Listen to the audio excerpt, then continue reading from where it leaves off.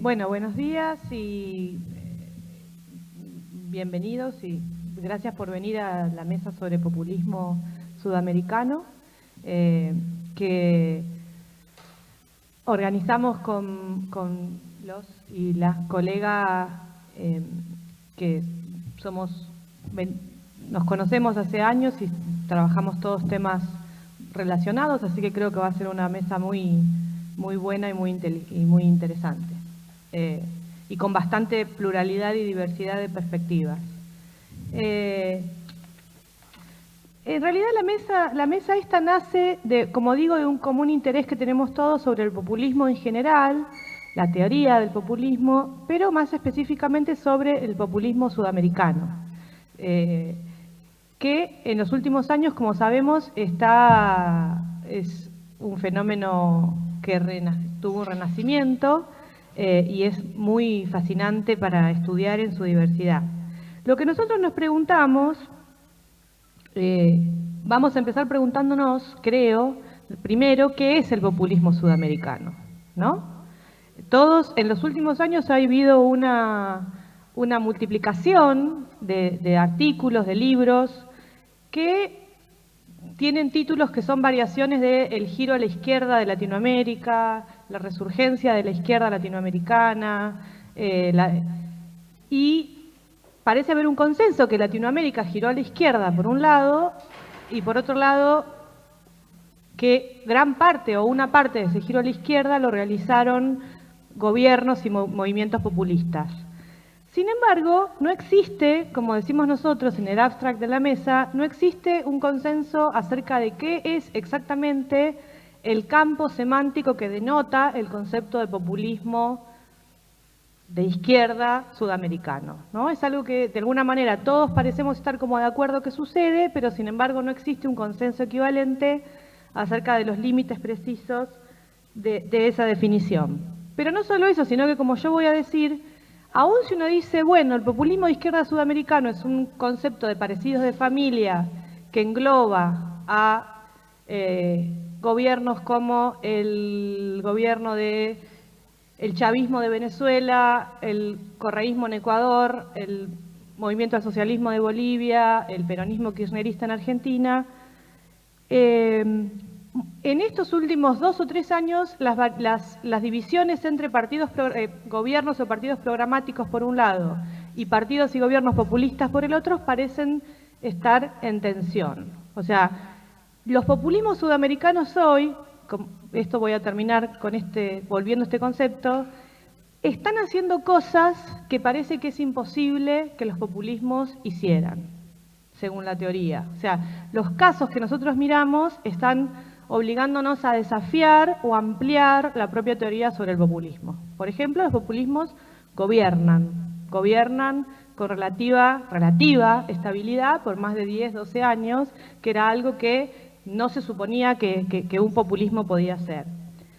Entonces, lo que nosotros nos preguntamos, si en realidad lo que nosotros llamamos como populismo no tiene que ver más con transformaciones más profundas y más sistémicas acerca de los modos de construir representación en Sudamérica. Que la región tiene características peculiares, sociales, culturales, territoriales, que cuando se expresan, se representan políticamente, se representan en modos que no son los que nosotros como politólogos estamos acostumbrados a pensar, los modos clásicos de la representación, y que se constituyen en nuevos modos de representación a los cuales nosotros les ponemos una etiqueta que dice populismo, pero que en realidad nos obligaría a sistematizar y a repensar qué queremos decir cuando decimos populismo.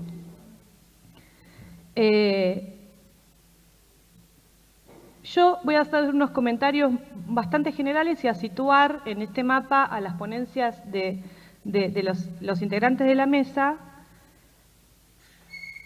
Y yo creo que acá y después les doy la palabra a ellos. Lo que nos trae en conjunto son un conjunto de preguntas. ¿Qué es el populismo, por un lado? ¿Qué es el populismo de izquierda? Por el otro. ¿Qué es el populismo sudamericano de izquierda? Por el otro. ¿Cuál es el balance? Que eso también es una pregunta que conversamos entre todos, o con todos. ¿Cuál es el balance que podemos hacer de 15 años ya, de un ciclo largo de gobernabilidad populista en Sudamérica?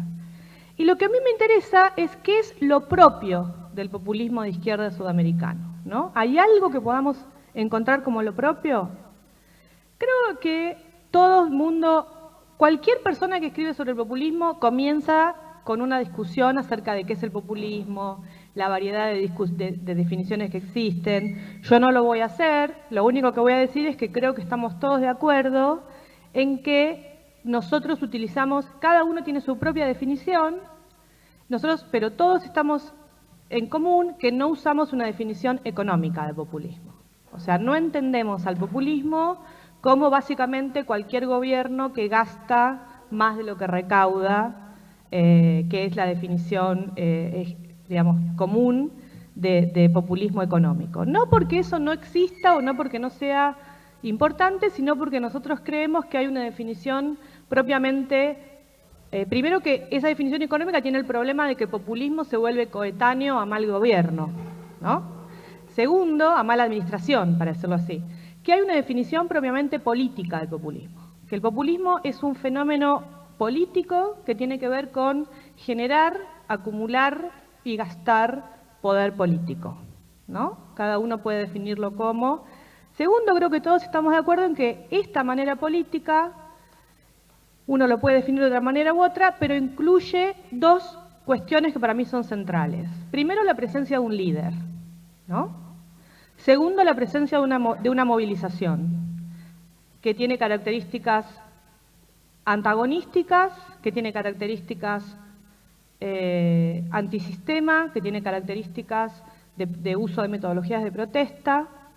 Después podemos discutir muchas cosas, pero me parece que o sea, la formación de un pueblo, como dice Margaret Canavan, como un colectivo en el cual los individuos se movilizan en un momento determinado. Yo quiero hacer solamente 3 comentarios. Primero, que el populismo, como forma política, es tan antiguo como la democracia. Esto ya es mío. Creo que es una de las cosas que la mayoría de los teóricos que trabajamos populismo ahora nos esforzamos para decir. El populismo no es un fenómeno del siglo XX, el populismo no es un fenómeno de la industrialización, el populismo es un fenómeno coetáneo a la democracia. Las primeras menciones de populismo las encontramos en los libros más antiguos de teoría política, que son básicamente Platón y Aristóteles, ¿no? O sea, no al populismo, pero sí a la conformación de un pueblo y a las movilizaciones y al carácter revulsivo que tiene la conformación de un pueblo.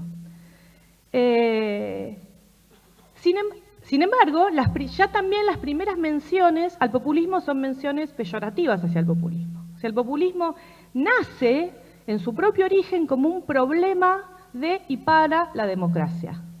Nace como algo que no debería existir y que desafía el régimen, pero lo desafía desde adentro del régimen.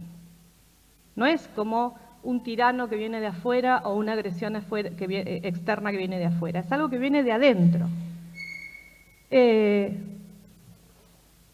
Y esto, bueno, en términos de Rancière, tiene que ver con lo que es el pueblo, ¿no? El hecho de que, diría Aristóteles, es imposible darle al pueblo lo que el pueblo le corresponde, porque al pueblo no le corresponde nada. El pueblo no quiere, la virtud del pueblo no es una virtud positiva, no es la riqueza, no es la sabiduría, es una virtud negativa que es el rechazar la dominación. El pueblo no quiere nada salvo no ser dominado. Este rechazo de la dominación genera una grieta al interior del corazón mismo de la polis que es imposible de suturar. Se puede mejorar, se puede canalizar, se puede estabilizar, pero nunca se va a suturar. Porque como el pueblo no quiere nada, es imposible darle al pueblo lo que el pueblo necesitaría para que se quede tranquilo, para decirlo así. Entonces, y además, la otra cuestión que aparece en Aristóteles y también en Maquiavelo es que el pueblo es muy poderoso cuando aparece, cuando se constituye, cuando se da esta movilización que arrastra a los individuos, pero el pueblo es fugaz. Como el pueblo no quiere nada salvo que no lo dominen, la acción del pueblo no es gubernativa, la acción del pueblo es restaurativa. Restaurativa, básicamente, primero, como diría Maquiavelo, restaurativa de su propia libertad y segundo, ejecutiva de la venganza contra aquellos que lo dominaron. Ahora, una vez que esa venganza se produce, el pueblo no puede gobernar por sí mismo.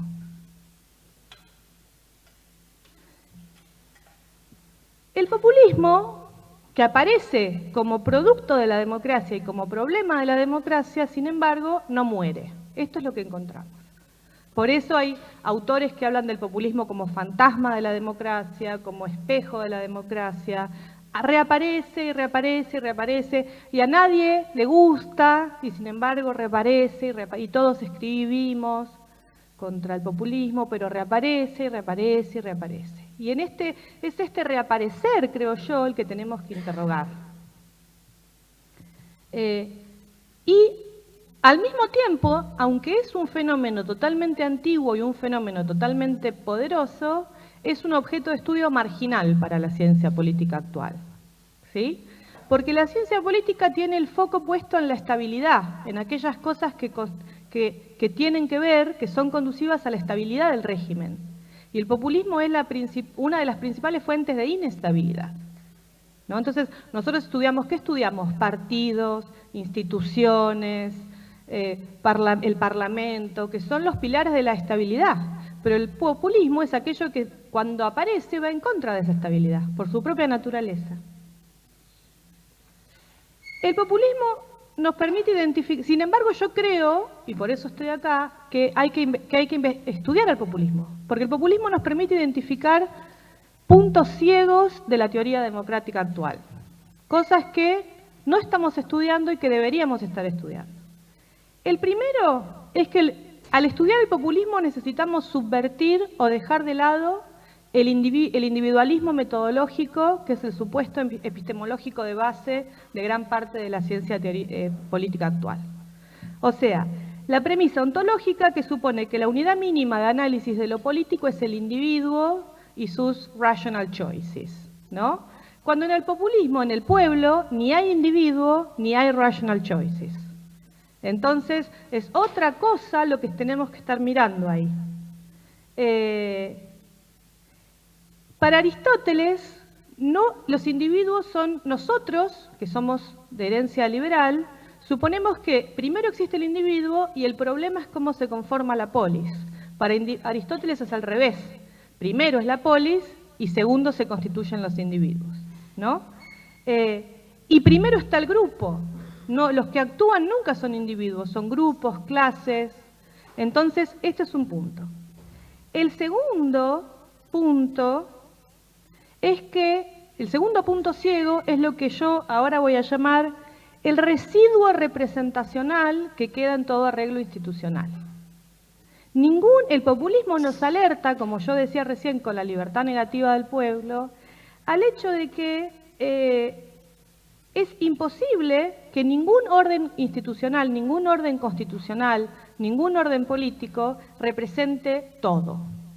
Siempre hay un residuo que, por definición, no va a poder ser representado y que es probable que en un momento dado amenace la propia representación. Tercero, como nos advierten varias de las ponencias que vamos a escuchar hoy, el populismo nos advierte que la marcha de la globalización, de la universalización cosmopolita, no va a ser ni tan universal ni no resistencias, ¿no? Sobre todo la ponencia de Pierre, digamos, que el populismo representa la manera en que lo local y lo bajo, para decirlo así, se levanta periódicamente contra lo cosmopolita y lo globalizante. Si esto es verdad, entonces más globalización no va, que es lo que estamos viviendo hoy, no nos va a llevar automáticamente y de manera, digamos, optimista a la desaparición de los populismos, sino que es probable que, como estamos viendo hoy, aparezcan más populismos, no menos populismos. Finalmente, que ya lo mencioné, el punto ciego de que nos alerta de que hay cosas malas para la democracia que pueden aparecer desde la democracia, ¿no? O sea, nos alerta a complejizar este pensamiento, esta definición dicotómica que hay democracia y autoritarismo, y el autoritarismo es algo que viene de afuera de la democracia y la amenaza, ¿no? O sea, sí es cierto, muchas veces los movimientos populistas pueden terminar en regímenes autoritarios. Hay veces que no, digamos, los populismos tienen final muy abierto, ¿no? Porque la fisonomía final del régimen depende del proceso de institucionalización de este momento originario de, digamos, erupción popular. Pero la complejidad del populismo es que ese autoritarismo es engendrado por los mismos procesos que pone en movimiento la democracia. Porque si vos no tenés, porque el origen del populismo es la aceptación de la soberanía popular, y que es la base fundamental de la democracia. En el populismo, lo que el populismo dice no es yo no quiero democracia, lo que el populismo siempre dice es tu democracia no es la verdadera democracia y yo vengo a implementar la verdadera democracia. Y esto genera una complejidad tremenda para pensar las relaciones entre democracia, autoritarismo y populismo. Finalmente, si aceptamos estas premisas, el problema para la teoría política y para la ciencia política ya no va a ser cómo eliminar al pueblo, cómo eliminar el populismo, cómo pensamos un régimen en donde nunca más, jamás haya ningún tipo de populismo. Sino, como nos dicen Aristóteles y Maquiavelo, cómo construir un cierto tipo de régimen mixto que la pregunta no es cómo eliminamos al pueblo, sino qué hacemos con el pueblo, ¿no? ¿Dónde lo ponemos? ¿Cómo lo ponemos? De tal manera que las capacidades del pueblo se dediquen a la tarea para la cual sean más adecuadas. Bueno, y con esta introducción le cedo la palabra a Sebastián Barros, de la Universidad Nacional de la Patagonia San Juan Bosco, y vamos comenzando la mesa. Bien, buenos días. Muchas gracias, María Esperanza, por sumarme al panel a último momento.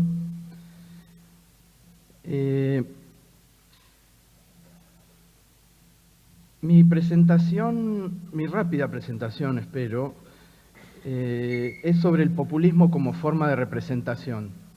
Mi trabajo está más orientado a leer los populismos, tanto clásicos como en algunos casos contemporáneos, no tanto como una forma de representación de arriba hacia abajo, sino mirar a nivel de las identidades políticas y cómo los sujetos movilizados por esos movimientos populistas se constituyen políticamente.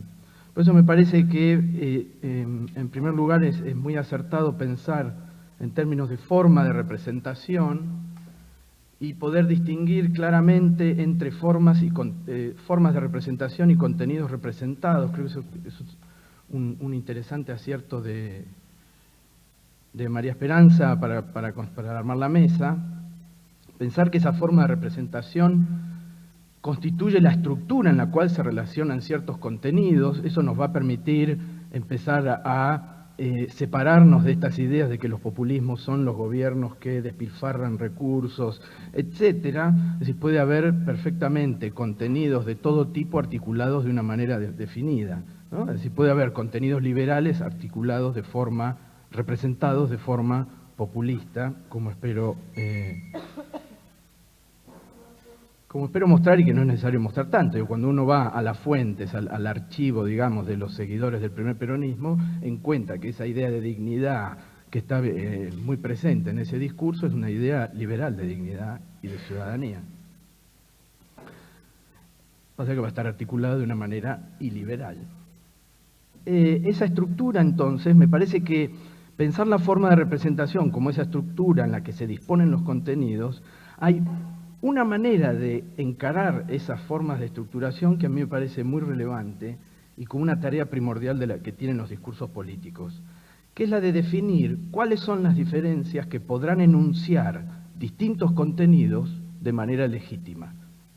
que va a estar vinculado a lo que decía María Esperanza recién, sobre que siempre va a quedar un residuo heterogéneo y representable. Una de las tareas primordiales de un discurso hegemónico, de un discurso que da sentido, que estructura una forma de representación, es precisamente definir cuáles son esas diferencias en una determinada formación política que van a poder enunciar distintos contenidos de manera legítima. Que se pone en juego es quién puede hablar legítimamente en una comunidad. Los populismos van a poner el acento en esa pregunta. Foucault, en los textos, en sus clases, cuando habla sobre el cuidado de sí, sobre las prácticas parresiastas, etc., habla que en una democracia todos pueden hablar, pero no todos pueden decir la verdad. En ese punto me parece que los populismos, no me voy a detener en Foucault. Para darles un ejemplo, quizás que esto para que quede más claro, cuando O'Donnell habla de la ciudadanía de baja intensidad, se está refiriendo a ciudadanos que tienen el carácter de ciudadanos, que sin embargo, abrumados por la necesidad, no pueden precisamente decir la verdad. Pueden hablar, pero no pueden decir la verdad. Abrumados por la necesidad, delegan esa capacidad de ciudadano en sus representantes. Es decir, pueden hablar, pero no con la intensidad que pueden hablar las clases medias, por ejemplo.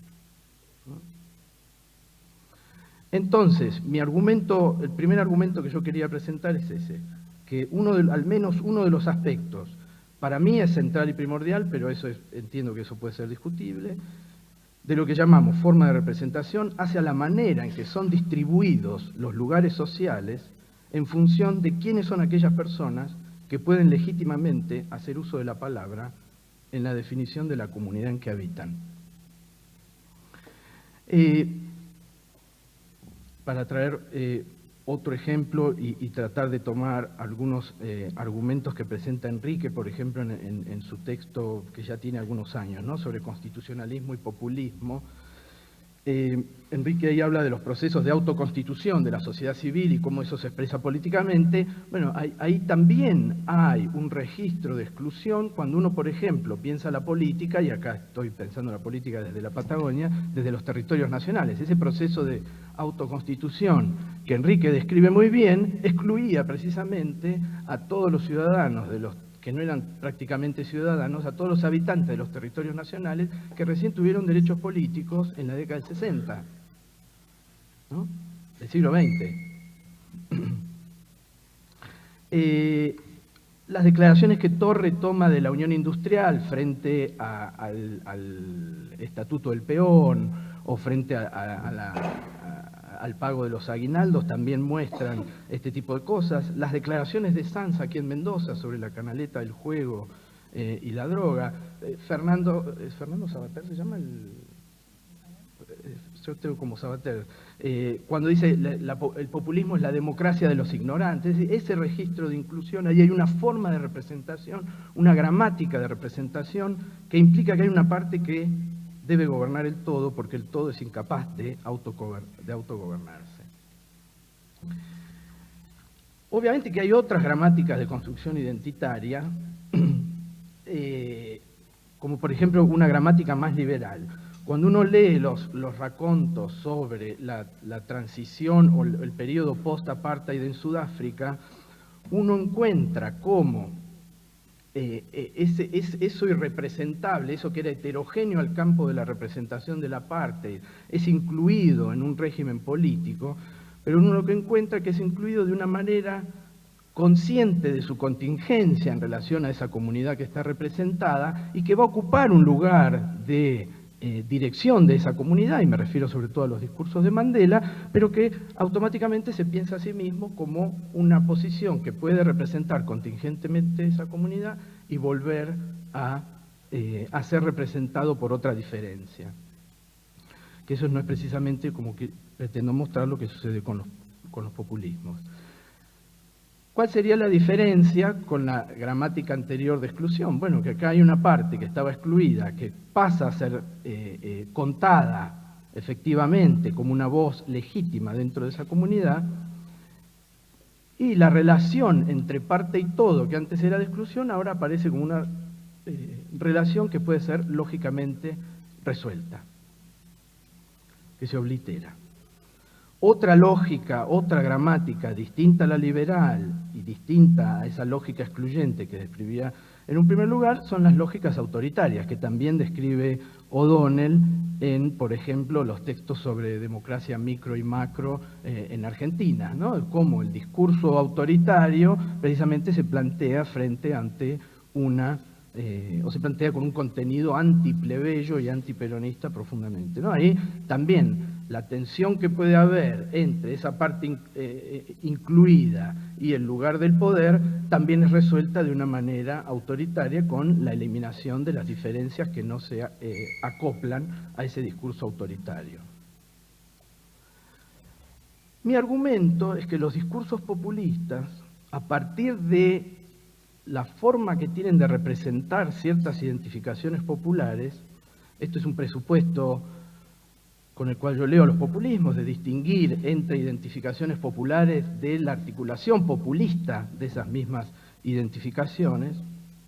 No me voy a detener en eso, pero me parece que es una diferencia importante, sobre todo para pensar el populismo en tanto forma de representación.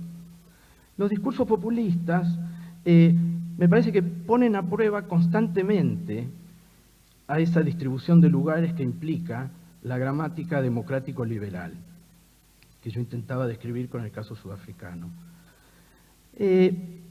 Porque esas identificaciones populares que el populismo articula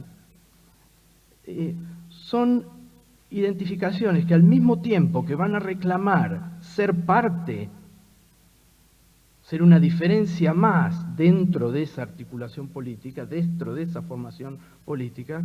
Por ejemplo, en el caso de los populismos clásicos, en el caso del populismo peronista, uno encuentra que uno de los significantes más importantes que cuentan las fuentes es la idea de ser gente, ¿no?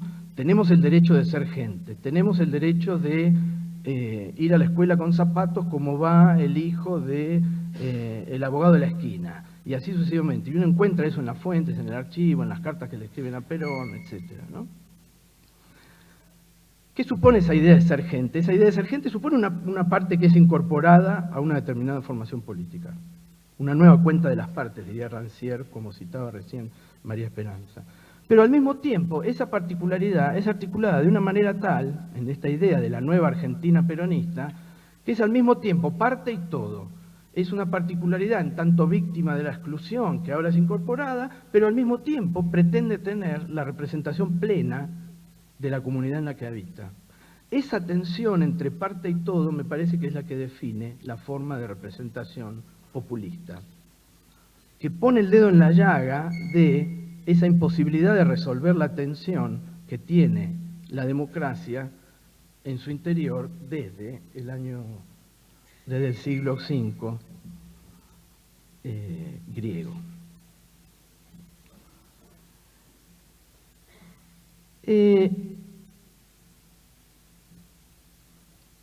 Eso aparece, esa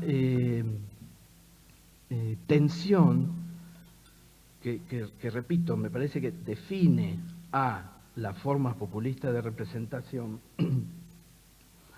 es lo que ha llevado a que la ciencia política precisamente tengamos, quienes nos dedicamos a la ciencia política, ciertas dificultades para definir la especificidad del populismo, siempre intentando meterlo en moldes para los cuales esa realidad del populismo parecía no estar preparada, ¿no? Me parece que hay que hacer esfuerzos de imaginación para pensar moldes nuevos, moldes que debemos evitar además que impliquen ciertos parámetros normativos para evaluar a esos populismos.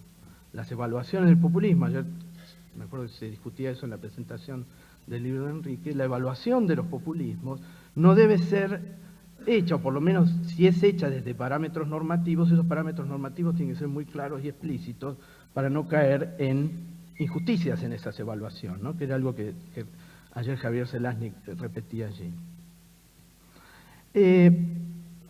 Eso ha llevado a que tengamos... ¿Cómo voy de tiempo? No me fijé. 6 minutos. Eso ha llevado a que esas evaluaciones desde parámetros normativos ha llevado a que tengamos unas lecturas sumamente peyorativas del populismo. Eso lo destaca bien Laclau en La razón populista. Sin embargo, yo agregaría que la mirada peyorativa sobre el populismo no es tanto sobre el concepto de populismo, que en realidad cuando mucho lo que se dice, bueno, hay que abandonarlo, no nos sirve más, o se critica la elasticidad, ¿no?, que sirve para decir un poco de todo. Tampoco es peyorativo en relación a los liderazgos. A los liderazgos populistas siempre, por más anti-correísta, por más anti-kirchnerista que sea, siempre se le deja un margen de astucia o de viveza, ¿no?, de poder manipular a esos sectores populares. Eso peyorativo del populismo, me parece a mí que lo que no podemos a veces dar sentido desde la disciplina es precisamente a los seguidores del populismo, a esas identificaciones populares que están articuladas allí, a las que generalmente condenamos a una incapacidad política de poder ver como la pérdida del carácter autónomo de su propia politicidad. En el caso de los estudios sobre los orígenes del peronismo, eso es muy visible. Por ejemplo, cuando uno piensa el excelente texto de Juan Carlos Torres sobre los huérfanos de la política, ¿quiénes son los huérfanos de la política? No son los seguidores de esos populismos, sino que son los ciudadanos racionales que han quedado sin una posibilidad de representación, ¿no? Pero son ciudadanos que tienen fuertes lazos de identidad, que son ciudadanos que están preocupados por la cosa pública, preocupados por que los representantes rindan cuenta, etc. Cuando uno empieza a ver quiénes son todos los que no hacen eso, y efectivamente vemos que los huérfanos de la política son esos sujetos racionales que pueden evaluar, etc.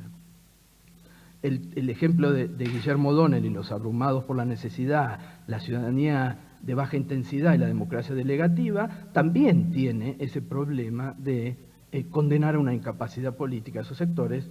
Cuando uno lee los textos de ciertas etnografías sobre sectores populares en Argentina, encuentra que en realidad eso no es así, que no hay una ciudadanía de baja intensidad, sino que hay ciudadanía muy intensa. Lo que pasa es que no es la misma ciudadanía de las clases medias y no es la misma ciudadanía liberal con la cual nosotros evaluamos normativamente ese comportamiento, ¿no? Me refiero sobre todo a los textos de Denis Merklen sobre pobres ciudadanos, etc.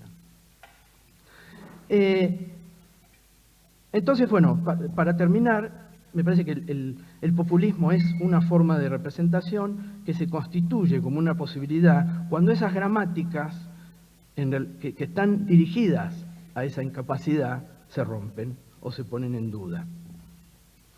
Eso implica que hay distintos contenidos que pueden ser articulados por esas gramáticas populistas, que pueden ser contenidos liberales, pero que están articulados en esa tensión constitutiva de ser parte y todo, que lógicamente no se puede resolver.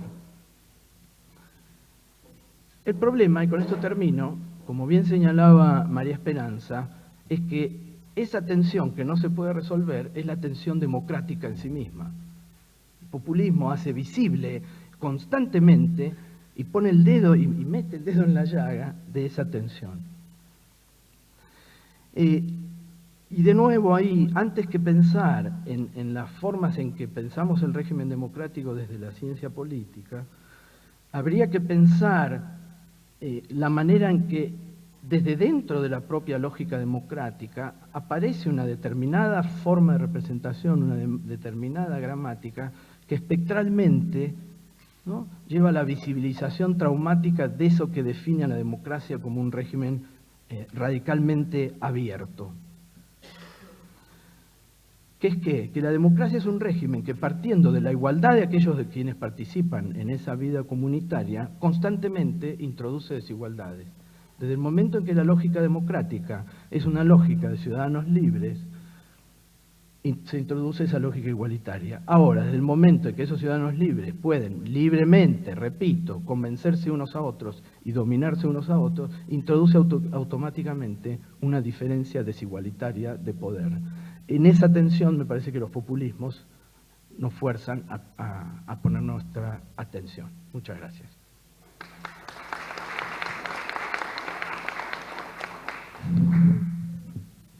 Le paso el micrófono a Analía Or, también de la Universidad Nacional de la Patagonia San Juan Bosco. ¿Te querés parar? ¿Querés que yo te pongo el PowerPoint? ¿Te lo paso? Buen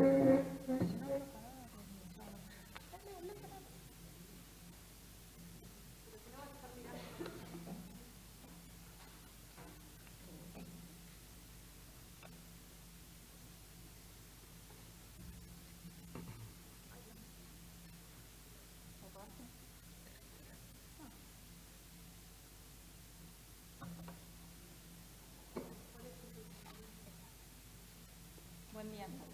En primer lugar, quisiera agradecer a Esperanza la posibilidad de participar en una mesa con toda gente que leo, así que estoy muy feliz el día de hoy.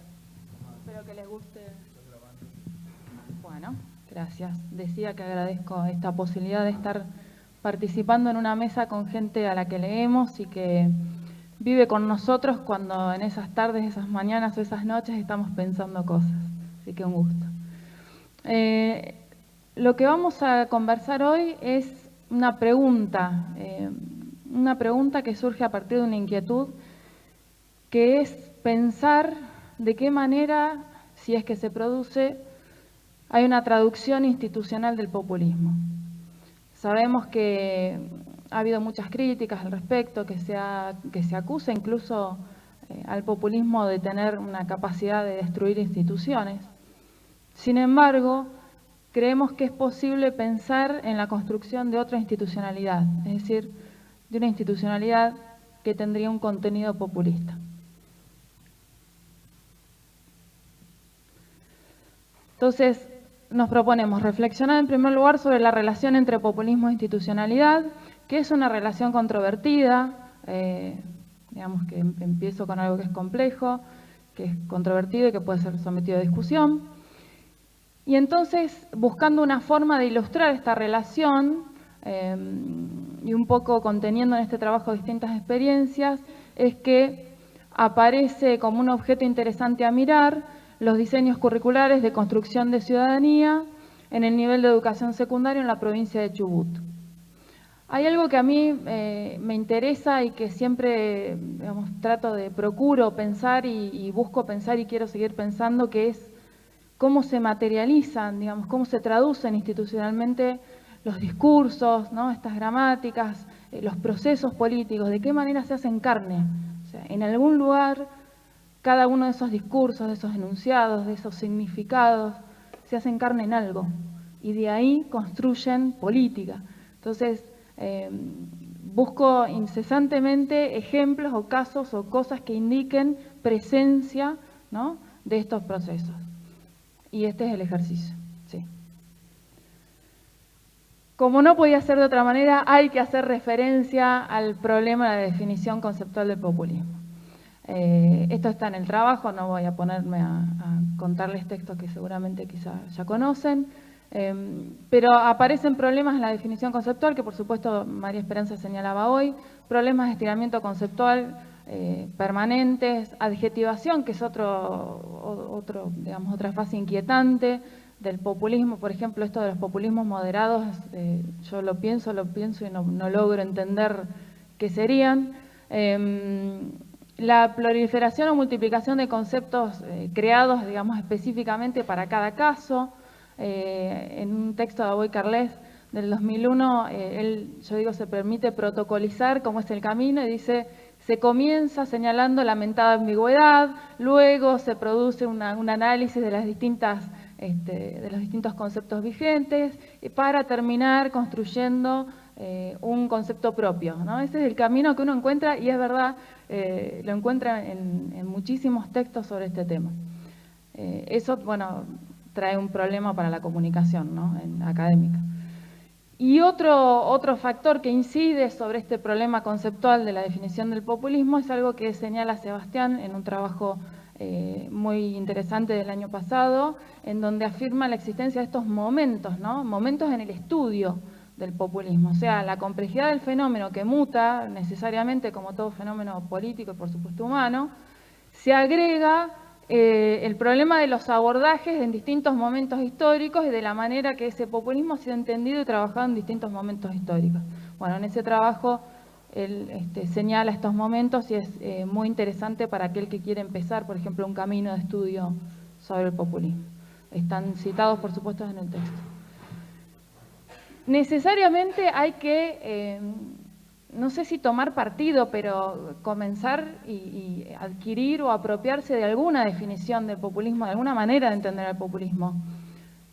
No quise en este caso generar una propia para no caer en el mismo cliché, y creo que la definición de Panizza, esa definición que aparece en El populismo como espejo de la democracia, que es un libro espectacular, necesario, me parece interesante, y la introducción que él escribe es muy buena, es muy útil, además, muy clara.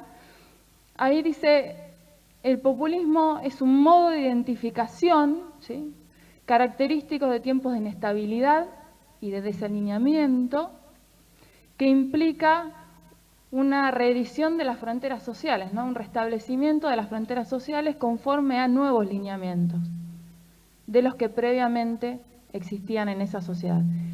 Y luego dice, es una apelación política. Yo creo que, en mi humilde experiencia, es una de las maneras, una de las definiciones del populismo más interesantes, más agudas, más finas, para poder entender una mayor cantidad de procesos y de fenómenos, que es en realidad el gran desafío, digamos, ¿cierto? Construir o adquirir o trabajar con definiciones que te permitan entender más que una sola cosa. Entonces, esta idea de apelación política es en principio la que está en el fondo de esta aproximación que estoy haciendo. Para poder llegar a lo que quiero decir, tengo que plantear, digamos, algún punto de vista también sobre otra cuestión controvertida, que es la relación entre populismo y democracia. Por supuesto, adhiero a todo lo que ya se ha dicho en la mesa. Es muy bueno ese título, el populismo como espejo de la democracia. Creo que es exacto, el populismo es un espejo en donde la democracia se mira, ambos se miran, ¿no? Me parece casi una relación aspiracional entre ambos, me parece fantástico. No es ni siquiera una contracara, creo que no es una sombra, creo que es eso, creo que es un espejo, es otra posibilidad, es como una alternativa que está ahí marcándote permanentemente otra posibilidad. No es, por supuesto, una desviación. Sí, es cierto, la política populista tiene una relación ambigua con la democracia. Esto también lo señala Panizza, ¿no?, en esta lógica mayoritaria, en la lógica pluralista, esa tensión que se produce. Y, dice Enrique, que aquí está presente, el punto crítico en este texto, en el último libro que han publicado, hay un capítulo fantástico, muy claro, muy de profesor, considero, muy claro, muy bueno, en donde compara las aproximaciones de Laclau y de O'Donnell. Ese era un trabajo necesario, porque me parece que ayuda a evitar marcar un enfrentamiento que quizá tiene que ver con aproximaciones y con concepciones diferentes. Entonces, dice Enrique, el punto crítico, ¿sí?, de esas evaluaciones divergentes está en la diferente concepción de institucionalidad democrática. O sea, está en dos maneras distintas de entender la democracia. Ahí está fundamentalmente el problema, ¿sí? Como el problema está ahora también en las formas diferentes de entender la representación. Ayer Annunziata presentaba un trabajo justamente sobre formas no electorales, ¿no?, de representación. Fantástico, o sea, poder pensar en maneras diferentes, complementarias, no sé si competitivas, ¿no?, de pensar la representación.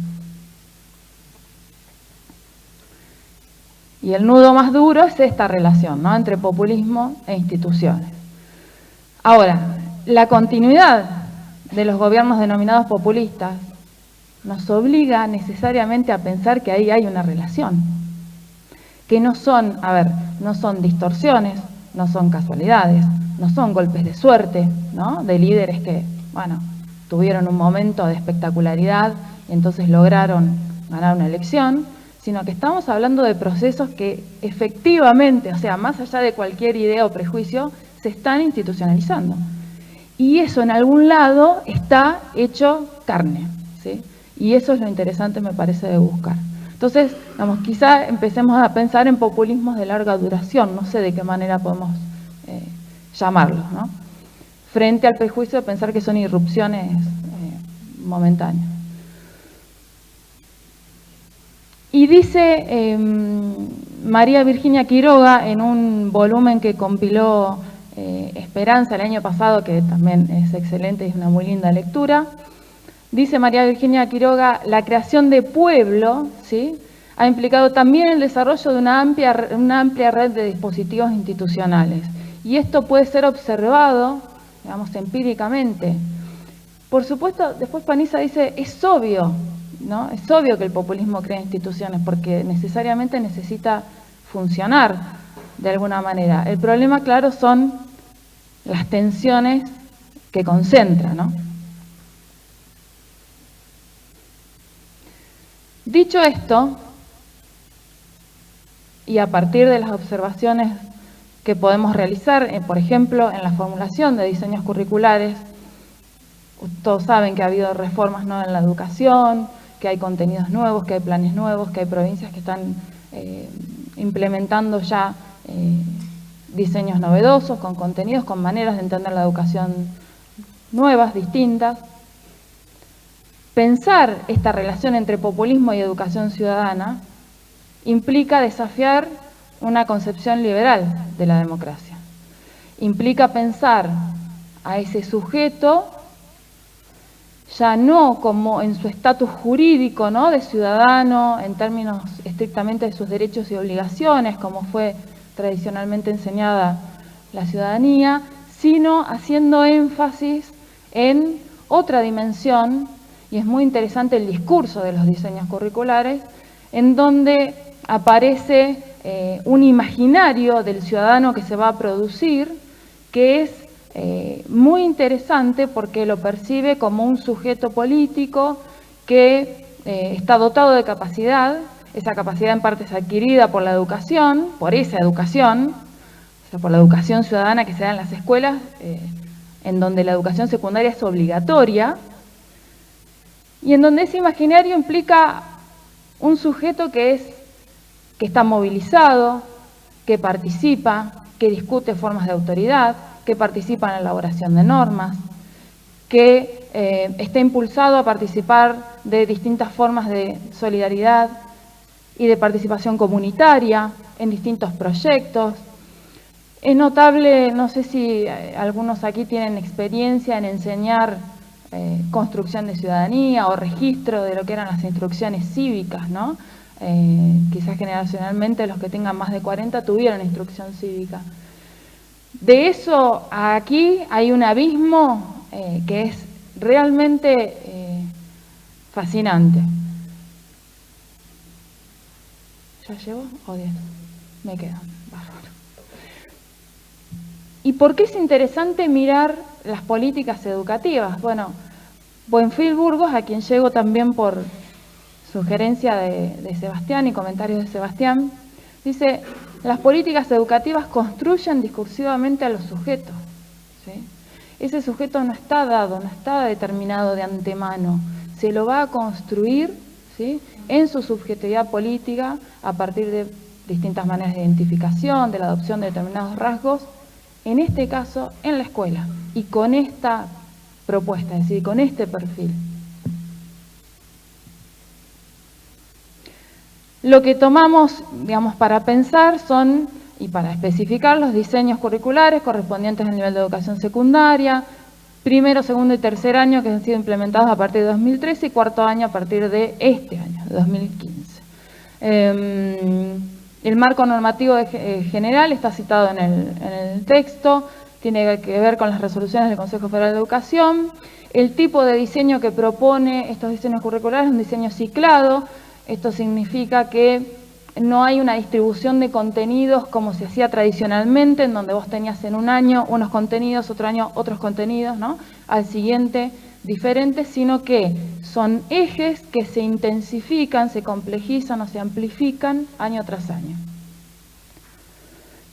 El marco general reconoce, digamos, un cambio de época, lo señala, lo dice explícitamente, y se apoya en una concepción de currículum que incorpora esta idea de que en el diseño del currículum hay una tensión entre intereses y entre grupos hegemónicos y contrahegemónicos, es decir, incorpora esta conflictividad. Solo para que conozcan esta estructuración, ¿sí? En el ciclo básico hay 3 ejes fundamentales, distribuidos e intensificados en primer y segundo y tercer año. Tienen que ver con identidades, con diversidades, con desigualdades. La idea de exclusión incluso aparece explícitamente señalada. Se trata, lo digo más adelante, de una visión de la educación ciudadana mucho más sociológica, fundamentalmente política y menos asociada al estatus jurídico. En el caso de los contenidos de cuarto año, sí hay una materia que recupera y un diseño que intenta recuperar lo que está trabajado en los años anteriores y entiendo busca producir, más allá de una educación ciudadana, una educación política, netamente política. Ejemplos de los contenidos propuestos tienen que ver con la escuela entendida como una comunidad política, la participación de los estudiantes en la gestión escolar, ¿sí? El voto joven, la democracia y los jóvenes, la organización ciudadana como forma de impedir la exclusión, entre otros.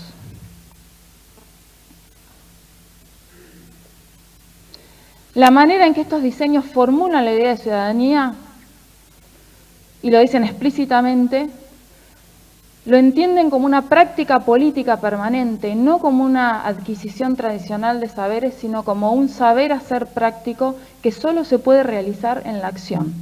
Y esa acción empieza en la escuela. Y esa acción empieza mucho antes de votar, ¿sí? Primer año estamos hablando, hoy por hoy estamos hablando de chicos de 11 años, ¿sí? Recuerden que se dividió, se separó de primero a sexto grado y primero a sexto año. Entonces estamos hablando primer año de chicos de 11 años. Entonces vemos un abandono del formalismo previo. La noción que creo yo mejor ayuda a comprender esta transformación es la de subjetividad política. Es hacia ahí a donde se dirige esta política educativa, es ahí hacia donde se dirige esta manera de entender la ciudadanía y es ahí a donde el Estado en definitiva se está dirigiendo a producir los ciudadanos que esta nueva manera de entender la democracia necesita. Y esto es lo que a mí me resulta tan interesante porque no es nuevo. O sea, es lógico, históricamente es comprobable y uno puede observar que el Estado ha dirigido deliberadamente sus capacidades a construir la clase de ciudadanía que necesita. Entonces, ¿por qué no pensar que una democracia, entendida en términos populistas, va a desarrollar formas de construir ciudadanía acordes o consistentes, ¿sí?, con esta aproximación? Sí. Entonces, había un aspecto que está mencionado en el trabajo y que está en la anterior filmina, iba a decir, pero no se usa más, no sé, en la anterior diapositiva, que es algo que puede surgir como cuestionamiento. ¿Esto se opone a la agencia? ¿Se opone a la idea de agencia? Creo que no, creo que se funda en la idea de agencia. Parte de una noción de un sujeto que está dotado de agencia, pero va mucho más allá. Es decir, creo que esta manera de entender la democracia puede llegar a ser, muy lejos de una distorsión, una evolución. Es decir, una evolución que se apoya en características existentes y que profundiza aspectos que las formas de democracia previas habían dejado sin incluir. Bien. Eso.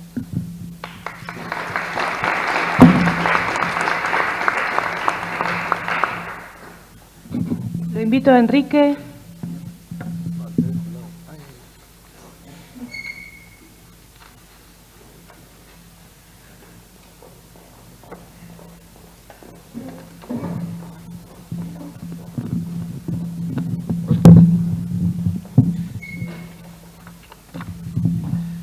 Muy bien. Bueno, gracias. Buenos días. Gracias a María Esperanza por la invitación a sumarme a este panel. Lo que yo voy a discutir hoy es algo que comienza justamente en un capítulo reciente que mencionaba Analía sobre la visión de Laclau acerca del kirchnerismo. Me parece que es interesante, digamos, analizar la discusión y la evaluación que hace Laclau acerca de la experiencia kirchnerista, pues nos sirve precisamente para contrastar alguna de sus evaluaciones con su concepción teórica, digamos, acerca del populismo. En cierta manera, la visión y la evaluación que hace Laclau del kirchnerismo está profundamente marcada por su concepción de la política kirchnerista, pero al mismo tiempo creo que muestra algunas o entra en algunas contradicciones que generan algunas preguntas acerca de su teoría acerca del populismo como visión o expresión más pura de la democracia radical, ¿no? Creo que en este sentido, con lo que decía María Esperanza al comienzo, digamos, en la revisión de las teorías del populismo, creo que la novedad que introduce la idea del populismo como democracia radical es que esta ambigüedad que siempre estaba presente desaparece. En realidad la novedad que introduce Laclau y varios autores que lo postulan como la visión más pura de la democracia y de lo político es precisamente que la ambigüedad que siempre existió en la evaluación del populismo, que se lo consideraba democratizante o inclusivo, pero al mismo tiempo que realizaba estos procesos de inclusión con malos modales y por lo tanto implicaba un deterioro de la democracia representativa, ya no aparece en esta nueva versión, sino que el populismo aparece precisamente con la expresión más pura de la democracia. El problema es la democracia representativa. Creo que eso es una gran novedad y en este sentido Laclau, el libro La razón populista, revierte los argumentos clásicos. Y aquí el populismo no solamente se nos presenta como la visión más avanzada o pura de la democracia, sino de lo político mismo, ¿no? en este sentido. ¿Qué nos dice Laclau? Bueno, obviamente Laclau fue un férreo defensor del kirchnerismo, ha tenido una participación muy activa a lo largo del periodo a través de numerosos viajes, visitas, entrevistas, otorgamientos de honoris causa. De hecho, cuando le otorgaron el honoris causa en la Universidad de San Juan, Néstor Kirchner fue el orador principal, etcétera. Y obviamente la visión de Laclau sobre el periodo fue muy positiva, llegando a decir que fue el gobierno más relevante desde el peronismo clásico, el gobierno más importante, que Néstor Kirchner fue el estadista más importante que tuvo la Argentina en los últimos 50 o 60 años. Es decir, que hay una valoración exacta, muy positiva acerca del periodo, pero al mismo tiempo hay una crítica constante de Laclau con respecto tanto a Néstor como a Cristina Kirchner, a todo el periodo, de que no llegan a ser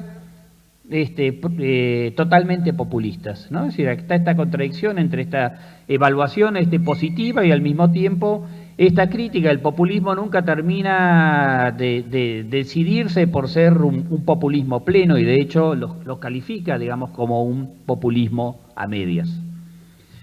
Y esta es la gran cuestión, digamos, en cierta manera, que organiza la evaluación de Laclau acerca del periodo, ¿no? La gran paradoja es que el kirchnerismo surge, digamos, en una coyuntura que era altamente propicia para la aparición de una intervención populista.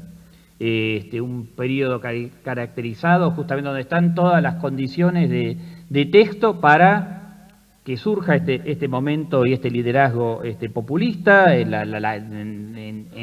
digamos, las postrimerías de la crisis del 2001-2002, una profunda crisis económica, una profunda crisis política que había afectado profundamente el normal funcionamiento del sistema político, y precisamente que habría una ventana de oportunidad única para la aparición de un liderazgo populista transformador, y un liderazgo populista transformador que replicara procesos que estaban teniendo lugar en otros países de la región, según la CLO. Es decir, que en realidad era una oportunidad política doble, es decir, existía una estructura de oportunidades políticas positivas a nivel doméstico, pero también a nivel regional. Es decir, también la región estaba experimentando la aparición de nuevos liderazgos, estos que anteriormente se referían como populismos de izquierda, etcétera. Es decir, que no solamente a nivel nacional, sino a nivel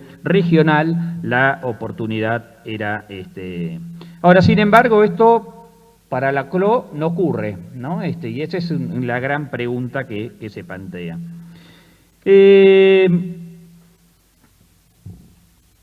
¿Qué sucede? Dice, bueno, en realidad hay un primer momento, hay un primer intento, dice justamente, de articular desde el vértice del Estado esta proliferación, digamos, de demandas que la crisis había generado. Dice, bueno, precisamente cuando asume Néstor Kirchner, no solamente cuando asume, pero digamos los años previos, se habían caracterizado por una notable expansión horizontal de la protesta social. La expansión de demandas, la movilización social, justamente que no estaba teniendo una respuesta, una capacidad de respuesta adecuada por parte del sistema político, y donde además existía en gran parte de estos sectores posiciones de rechazo abierto a la representación, al sistema político, etcétera, ¿no? El famoso que se vayan todos. Así que tenemos un contexto caracterizado por la expansión de demandas, un sistema político seriamente desacreditado, incapaz de proveer respuestas adecuadas, que, como decía, proveían las condiciones de manual para el liderazgo populista. Y la gran pregunta, justo lo notorio para la CLO, que en tan favorable coyuntura, ni Néstor Kirchner ni Cristina Kirchner logran convertirse en líderes populistas propiamente dicho. Para la CLO, en 2003, Néstor Kirchner intenta precisamente, decía, rearticular verticalmente estas demandas horizontales a través de una batería de medidas políticas y sociales progresistas, la política de derechos humanos, la reorientación de la política económica, la ruptura con el FBI, la promoción de procesos regional que buscaban contrarrestar los intentos de Estados Unidos de establecer el ALCA. Y hay toda una serie de medidas que luego van a ser, se van a extender a las dos administraciones de Cristina Kirchner, que tiene que ver con la estatización del sistema previsional, la nacionalización de Aerolíneas Argentinas y YPF, la asignación universal por hijo, etcétera, etcétera, etcétera. Ahora, estas medidas que la CLO considera son importantes, etcétera, también considera que fueron inefectivas a la hora de cristalizar un antagonismo populista. Justamente una de las críticas dice que, bueno, esta identidad populista no se construye a través de la sumatoria de políticas que podemos considerar positivas o inclusivas, y que precisamente lo que faltó a los Kirchner, acá cito, estas medidas no se han cristalizado alrededor de ciertos imaginarios colectivos. Falta que la gente perciba que la sociedad está dividida en dos campos. Termina la cita. Por eso es que decía que define, digamos, al kirchnerismo como un populismo a medias, y está constantemente en numerosas entrevistas, artículos de opinión, etcétera, haciendo un llamado a los Kirchner de que pongan las cosas blanco sobre negro. Es decir, promover un proceso efectivo de polarización política alrededor de un eje kirchnerismo, antikirchnerismo, pueblo, antipueblo. Y vuelvo a citar, el kirchnerismo Dice Ernesto Nacló, todavía no ha logrado crear una frontera interna en la sociedad argentina que divida el campo popular del otro campo. El peronismo clásico dividía a la sociedad en esos términos. El chavismo en Venezuela y Evo en Bolivia dividen a la gente en esos términos.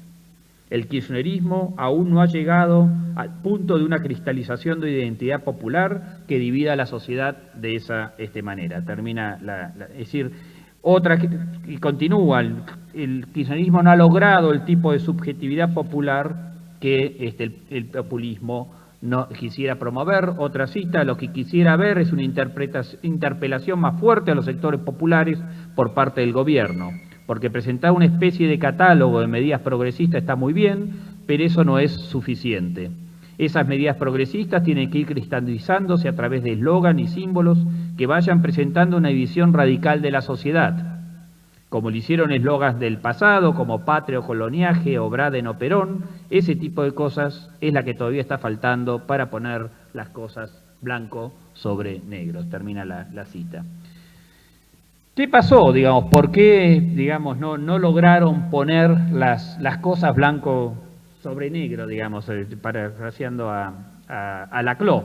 Bueno, en las intervenciones también del autor aparecen tres argumentos recurrentes.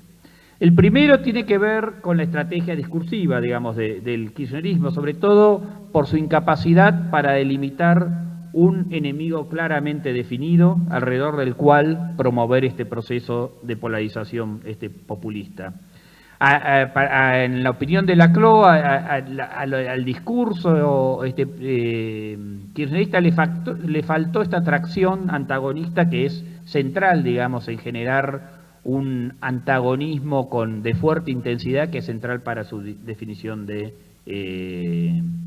contenido. Como decía anteriormente, justamente esto no depende tanto de contenidos de las políticas. La teoría de Laclau del populismo es que el populismo expresa una forma de construcción de identificación política en donde lo que importa no son los contenidos, no importan son las instituciones, sino la intensidad de los sentimientos que logra movilizar. Y precisamente la crítica al kirchnerismo es que no se trata de contenido, sino que se trata justamente lo que falta es generar esta intensidad, y que por lo tanto no lo vamos a lograr acumulando medidas progresistas, y tampoco vamos a lograr acumulando distintos mini enemigos en ese sentido, ¿no? Y creo que acá hay un artículo de Palermo muy interesante, que habla precisamente de esta incapacidad del kirchnerismo de establecer un enemigo claro y permanente, y que la estrategia de polarización del kirchnerismo a lo largo de esta larga década se organiza alrededor, digamos, de distintos enemigos circunstanciales, que puede ser inicialmente el menemismo, el FMI, luego el campo, Clarín, etcétera, pero que no logra cristalizar en un único enemigo. Y el segundo punto precisamente tiene que ver con las dificultades que considera Laclau, que el kirchnerismo tuvo en establecer, digamos, una transversalidad exitosa que esté anclada, digamos, en los movimientos populares, ¿no? Y dice, bueno, justamente estas medidas progresistas o estos combates puntuales han sido más efectivos a la hora de modificar, de movilizar a cierto electorado urbano progresista que a los sectores propiamente populares. Y dice, bueno, y esto en cierta manera, esta construcción de la transversalidad suponía un doble equilibrio entre el liderazgo presidencial y movimientos populares por un lado, y por el liderazgo policial y el aparato del Partido Justicialista por otro, que Laclau lo ve al Partido Justicialista como un obstáculo, ¿no? Paradójicamente un obstáculo a la construcción populista, ¿no? Vendría a ser una especie de nueva oligarquía que previene o detiene este proceso. El último argumento es un argumento que aparece recurrentemente en Laclau, incluso en su libro, ¿no? Es que tiene que ver justamente con la complejidad de la sociedad argentina, es decir, que existe un sistema político y una sociedad civil institucionalmente y socialmente densos y complejos, que por ejemplo diferencia el caso Argentina del caso Venezuela, donde la política populista se ve favorecida por la presencia de un escenario que presenta menos obstáculos, ya sea institucionales o políticos y sociales.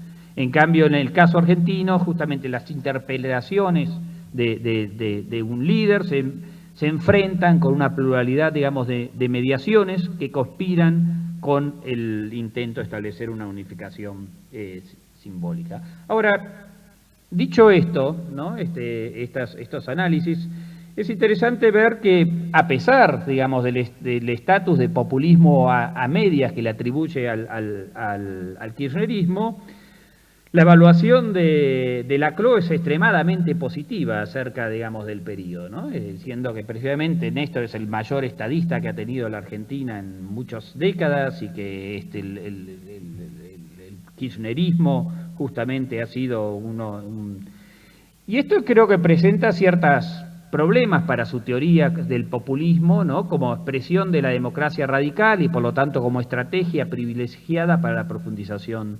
democrática. En primer lugar, porque supone, ¿no?, reconocer las potencialidades transformadoras del institucionalismo liberal representativo, es decir, en el cual se desarrolla, digamos, el kirchnerismo. Y por el otro lado, nos plantean las dudas de que el populismo pueda ser la vía por democratización por excelencia, digamos. El kirchnerismo parecería, a pesar de no ser un populismo, por generar, digamos, transformaciones que él considera son extraordinarias dentro de un contexto, digamos, de democracia representativa.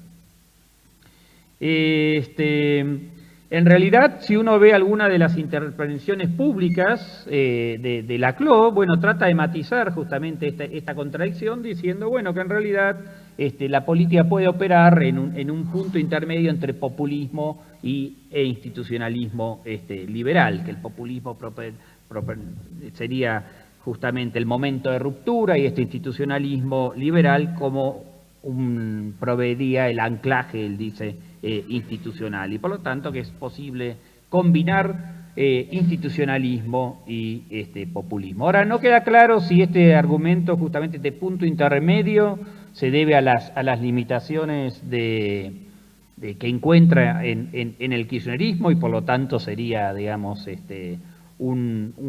está basado en un condicionante fáctico y por lo tanto cuando no podemos lograr nuestra primer preferencia, digamos, del populismo, esto sería, digamos, un populismo por default o, digamos, un punto intermedio, o de no ser así y de estar postulando esta necesidad de articulación, bueno, esto ya supone la revisión, digamos, de algunos argumentos conceptuales centrales sobre la que está predicada su teoría del populismo. Si es una limitación fáctica, y acá termino porque creo que ya María Esperanza se está poniendo nerviosa, si es una limitación fáctica, digo, la vía populista, digamos, perdería su estatus predominante como expresión de lo político, puesto que no sería factible en ciertos contextos, como el argentino, caracterizados por sociedades culturalmente plurales, y cuyo régimen político ha alcanzado cierto nivel de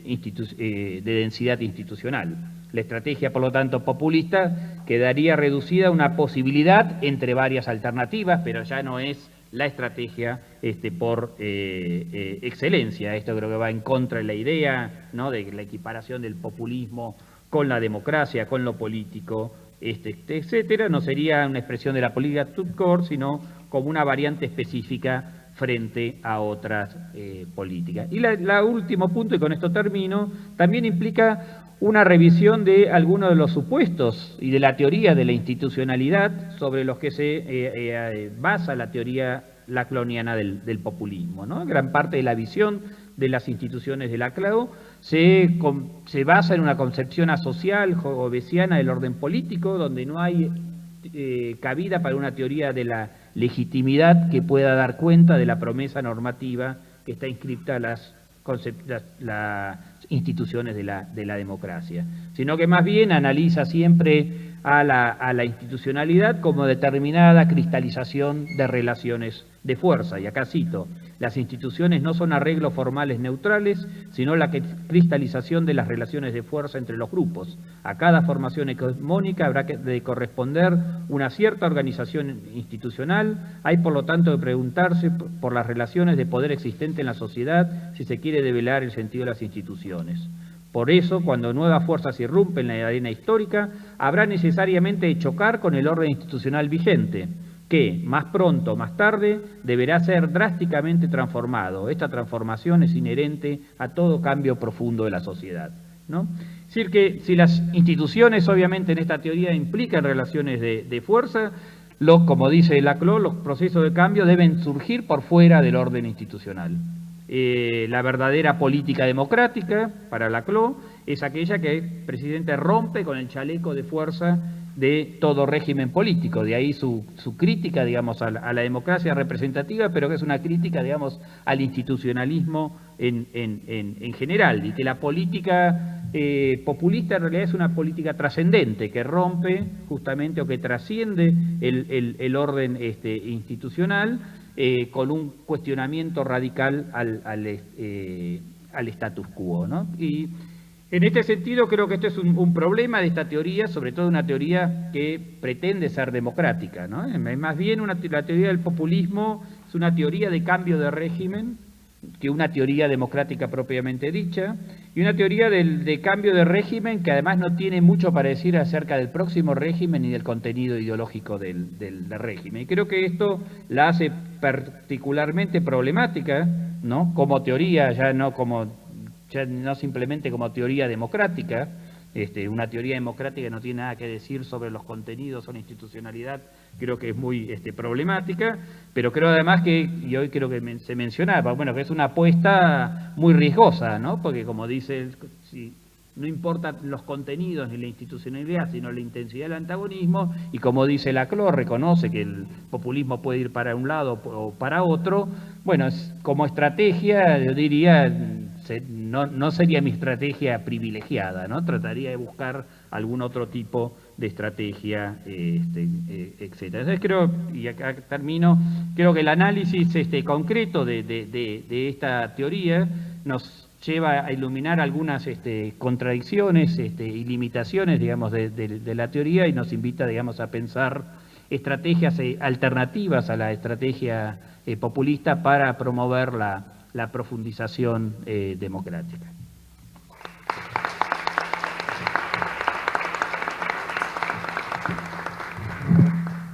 Le paso el teléfono a Gabriel Díaz Solorzalo de Universidad Torcuato Di Tella.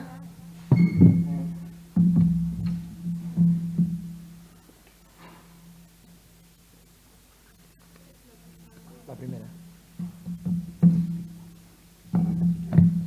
Bueno, muchas gracias.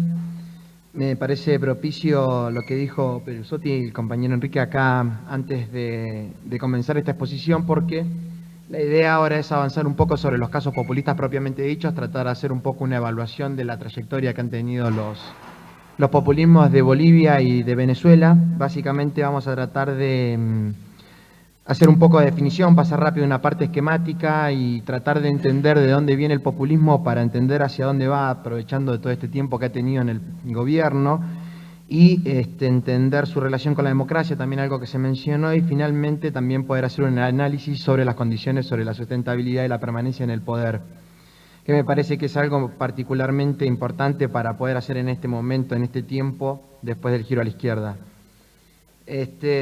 Primero, bueno, una definición, vamos a tratar de ir un poco más rápido en esta parte más esquemática. Tratamos de entender al populismo como algo distinto de la versión conservadora, no como un atajo antidemocrático para llegar al poder, sino más bien, como se ha comentado, un fenómeno inherente a un fenómeno político inherente al proceso democrático que tiende a perpetuarse en forma latente y que en germen se mantiene la democracia y se manifiesta episódicamente como fuertes espasmos frente o en grandes contextos de alta exclusión y desigualdad. El populismo en esta emergencia que tiene a partir de su aparición intenta postular la superación de una crisis a partir de un reconocible patrón amigo-enemigo, como mencionaba Enrique, y básicamente es la versión lacloniana, como a su vez también postula María Esperanza Casullo en un paper reciente, postula la figura de un líder salvador y una masa dispuesta a movilizarse a su favor. En este sentido me parece importante, vamos a destacar la importancia que tiene la movilización como componente fundamental de la sustentabilidad del líder en el poder. Entonces estas características centrales terminan por marcar una ruptura respecto de muchas tradiciones políticas pasadas y cambio de estructuras y patrones sociales basados principalmente en la representación tradicional de los partidos. Así entonces es que el populismo se encuentra germinando en la sociedad de arreglos tradicionales, de partidos tradicionales, y se puede entender que el anquilosamiento de los partidos y la imposibilidad de responder a demandas de los perdedores de una sociedad de mercado, como destaca Silva 2009, Eduardo Silva, coayudan a la emergencia de un líder populista que como un salvador innova en la participación y en la introducción de elementos de una democracia representativa. En este sentido me parece fundamental, como para entender el caso de la Argentina como un populismo a medias, el hecho de que no haya habido una desestructuración total del sistema de partidos, en definitiva el caldo donde surge el populismo y como sí sucedió particularmente en los casos de Bolivia, Ecuador y Venezuela. Entonces, este populismo emerge, ¿no?, por la falta de voluntad de las élites proneoliberales sostenidas en el tiempo en reconocer la legitimidad de las protestas, perpetuó la exclusión política y económica conjuntamente con altas sensaciones de injusticia. Así, finalmente, entonces la situación se agravó con recurrentes y fuertes crisis económicas. Acá me parece importante la cuestión de la exclusión como componente central de las pérdidas que ocasionó los modelos neoliberales y la gran cantidad de excluidos que dejó en una sociedad de mercado. Entonces, en esta tríada tenemos básicamente que el populismo está compuesto por un líder, por enemigos y un pueblo, articulados por un relato épico que intentan enfatizar esta discusión agonal, esta relación agonal, enemigo-enemigo, como planteaba recién Enrique Perusotti. Vamos a ver un poquito el tema del líder. Es un emergente que se erige como un salvador, básicamente un redentor que frente a la corrupción, a la violación del mandato electoral y el autismo de la dirigencia tradicional, sí tiene un componente de denuncia muy fuerte, generalmente es un outsider, es un miembro de movimientos sociales y un articulador de demandas equivalenciales de distintos sectores marginados. Postula la misión de salvar al colectivo pueblo frente a las vejaciones cometidas por los partidos clásicos y las corporaciones económicas. Y en este sentido, entonces, como decíamos, la pretensión por la inclusión es el hilo conductor de este discurso que articula y define, articula al pueblo y define a los enemigos. El líder, entonces, después lo vamos a enfatizar también, tiene dos principales fuentes de sustentación, que primero es la mayoría electoral, donde se enfatiza el componente democrático del populismo, el líder necesariamente emerge a partir de los votos, y segundo, una condición necesaria para su sostenimiento en el poder, consideramos necesario enfatizar la cuestión de la movilización. El pueblo es un conjunto heterogéneo de excluidos del sistema económico en una sociedad de mercado, cohesionados por la construcción de cadenas de demandas equivalenciales. Son identidades complejas que se articulan a partir del relato épico que articula el líder. El líder postula la defensa contra su exclusión y la desigualdad, y a partir de la idea de la igualdad, el líder se erige como restaurador de la promesa por excelencia de la democrática, que es la de la igualdad. Es necesario, me parece, volver a enfatizar esta cuestión de que denuncia, el componente de denuncia del líder, el hecho de que la democracia ha incumplido su promesa fundamental, que es la de la incluir y la de la igualdad. Por último, los enemigos serían líderes tradicionales, siempre definidos por el líder, claramente, en esta tónica antagonista. Los enemigos son los líderes de los partidos tradicionales, el capital transnacional y la élite neoliberal. Son definidos discursivamente como tales y son el principal centro de ataque y considerados responsables de la situación de desigualdad y exclusión. Se estipula contra estos relaciones agonales y de suma cero. La ganancia de los enemigos es la pérdida del pueblo y viceversa. Entonces, por lo tanto, luchar contra estos es la condición necesaria para la emancipación y empoderamiento del pueblo. Así es que tenemos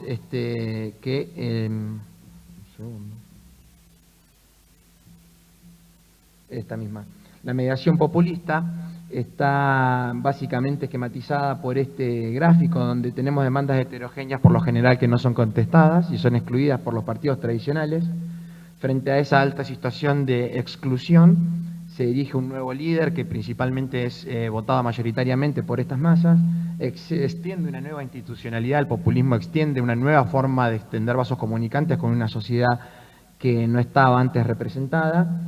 Finalmente, como contraprestación, brinda políticas públicas inclusivas y allí que hay un intercambio entre el pueblo y el líder, para de esa manera lograr mayor o menor movilización para el apoyo del líder. A cambio de las concesiones, lo mismo que decíamos, a cambio de las concesiones del líder al pueblo, se espera que existan masas dispuestas a volcarse para sostener su posición. El lazo populista entonces deviene luego del quiebre de los pactos que dieron origen al presidencialismo pactado en Bolivia, por ejemplo, a la partidocracia en Ecuador y al punto fijo en Venezuela. Se dividen las élites y se refuerza la centralidad del presidente en detrimento de los partidos políticos. La legitimidad política ahora está vinculada a la eficacia del voto ciudadano y secundariamente a los pactos, a los acuerdos partidistas, como destaca Mayorga para el caso boliviano. Se funda una nueva institucionalidad entonces de manera de poder comunicar al nuevo líder con el pueblo. Decimos también entonces que hay un cambio en las relaciones de los actores que protagonizan el proceso decisorio, ya no se circunscribe al ámbito institucional de las relaciones entre el Ejecutivo y el Legislativo. Se inaugura un nuevo periodo donde el voto ciudadano define la orientación de las políticas públicas en temas importantes como la nacionalización de los hidrocarburos o la descentralización política. Y las demandas sociales, antes vehiculadas mediante la protesta callejera, se encauzan hacia procedimientos institucionales, principalmente a partir de la ampliación del voto. Se cree en el mismo caso, siguiendo con el tema del lazo populista, que el incumbent, el líder, ha fundado un movimiento populista y que tiene la posibilidad de asignar recursos que el incumbent tiene la mayor posibilidad de sustentarse a partir de la reelección indefinida, por cuanto tiene la expectativa de poder seguir reasignando recursos infinitamente. Esto lo que le permite, por un lado, es poder destinar recursos ad hoc específicamente para poder garantizar la movilización, en el sentido de estructuras particulares que le permitan el volcado de apoyo en las calles. Y en segundo término, el escenario ideal para la sustentabilidad del lazo populista, además de la reelección indefinida, también se podría estar viendo a la luz de las experiencias que hemos tenido en este tiempo, con una oposición dividida. Por el contrario, el peor escenario para la sustentabilidad del poder que podríamos estar viendo, y mucho de esto por ahí lo podemos ver, no está mencionado en el trabajo, pero el contrafáctico se podría estar haciendo con el caso de Lugo, donde no hubo un llamado a la movilización masiva y por lo tanto una falta de sustentabilidad del poder, la falta de sustentabilidad del líder en el poder. Se cree que un líder, cuando no es originario, cuando no es el primer líder, el fundador del movimiento y el emergente, y enfrenta una oposición, una élite conservadora y cohesionada, estaría en el peor de los escenarios para poder mantener su posición en el poder. Entonces, el recambio en el líder encontraría al nuevo conductor en una situación desventajosa, por cuanto el movimiento se puede dividir entre facciones, pujando por una mayor cuota de poder y cargos públicos. Entonces sería mucho más costoso movilizar. Alinear nuevamente todo un movimiento detrás de un nuevo líder podría ser la tarea más compleja del nuevo incumbent.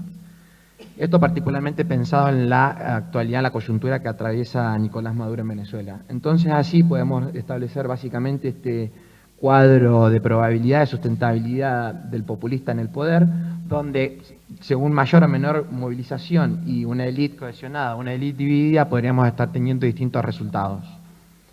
Podríamos establecer, ahora en un rato seguro lo podemos mencionar con el caso de Bolivia, pero que Maduro, si quieren podemos hacer acá un análisis, estaría transitando entre una muy baja posibilidad de sustentarse, una baja posibilidad por cuanto tiene una oposición política bastante fuerte, pero sin embargo sigue estando dividida por cuanto hay una oposición más bien antisistema que ha sido respondida frente al encarcelamiento de esos líderes que intentan directamente la destitución.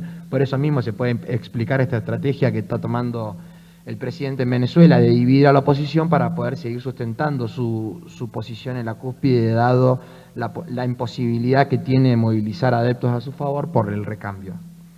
En el caso boliviano, que podría ser definido como el caso del populismo más exitoso en América Latina en lo que lleva el tiempo en el gobierno, podemos decir que Evo Morales ha podido construir cadenas equivalenciales que articulan demandas heterogéneas. Los municipios y las circunscripciones uninominales se convirtieron en ámbitos favorables para el crecimiento electoral del MAS debido a su imbricación con sindicatos campesinos y organización en las zonas rurales. Además, también participan grupos sociales que circunstancialmente son aliados del partido del gobierno, como los cooperativistas mineros y las juntas de vecinos y varias organizaciones indígenas que forman el denominado Pacto de Unidad. Entonces, esto es un claro reflejo del nuevo tendido comunicacional, del linkage populista, por cuanto con distintos sectores de la sociedad, de la comunidad representativa, se tienden distintos lazos. Una característica entonces también central sería esta innovación institucional para fortalecer lazos con movimientos sociales antes excluidos. Siguiendo con el caso de Bolivia, la posibilidad de poder continuar asignando recursos de forma ilimitada, como posee Evo Morales al poseer la reelección indefinida, permite sostener la coalición populista y el liderazgo indiputado del presidente. Posee también el tiempo necesario para madurar los cambios y la nueva institucionalidad, de manera de que el nuevo andamiaje populista se enraice en la sociedad. Entonces desestima intentos desestabilizadores y limita el poder de la oposición antisistema.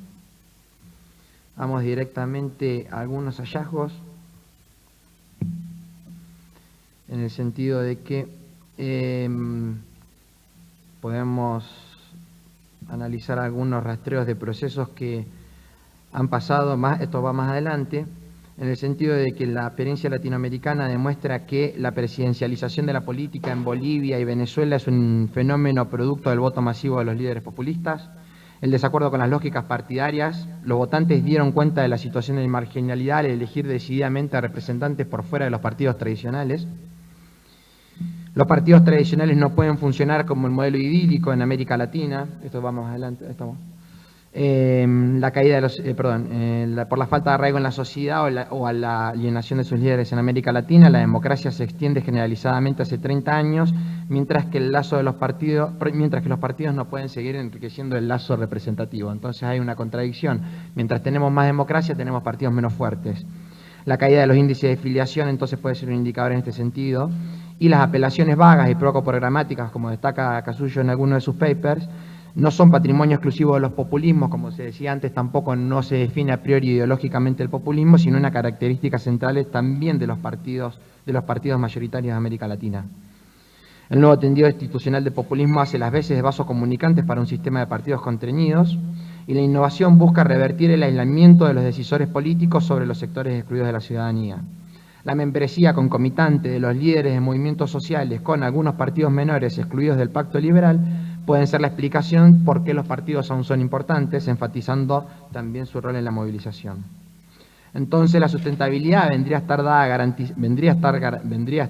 garantizada por la avanzada inclusiva del populismo. La permanencia en el poder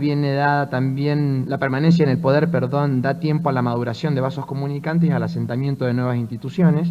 Me parece que esto es central y me parece también la crisis que está atravesando Venezuela. La partida pronta de Chávez no le dio el tiempo necesario a la maduración del nuevo tendido populista. La reforma constitucional de Venezuela sigue manteniendo los partidos, entonces hay todavía una coexistencia entre viejas y nuevas instituciones. Eso parece todavía ser un desafío para la democracia. Y por el contrario, frente a un recambio de liderazgo, si el nuevo Salvador tiene que competir, Salvador en sus propios términos, como se define a sí mismo el líder, ¿no? Tiene que competir contra los miembros de su identidad y enemigos cohesionados, la posibilidad de mantenimiento en el poder sería muy baja.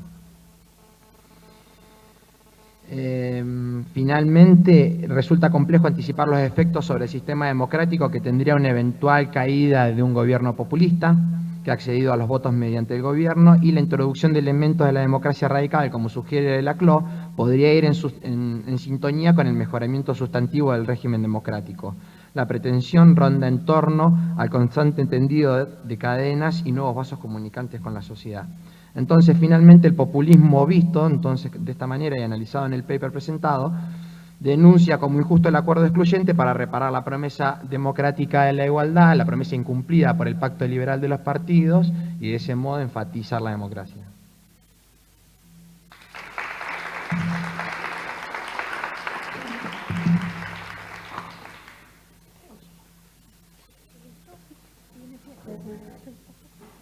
Bueno, y finalmente le damos el micrófono a Piero Ostigui, de la Universidad Católica de Chile.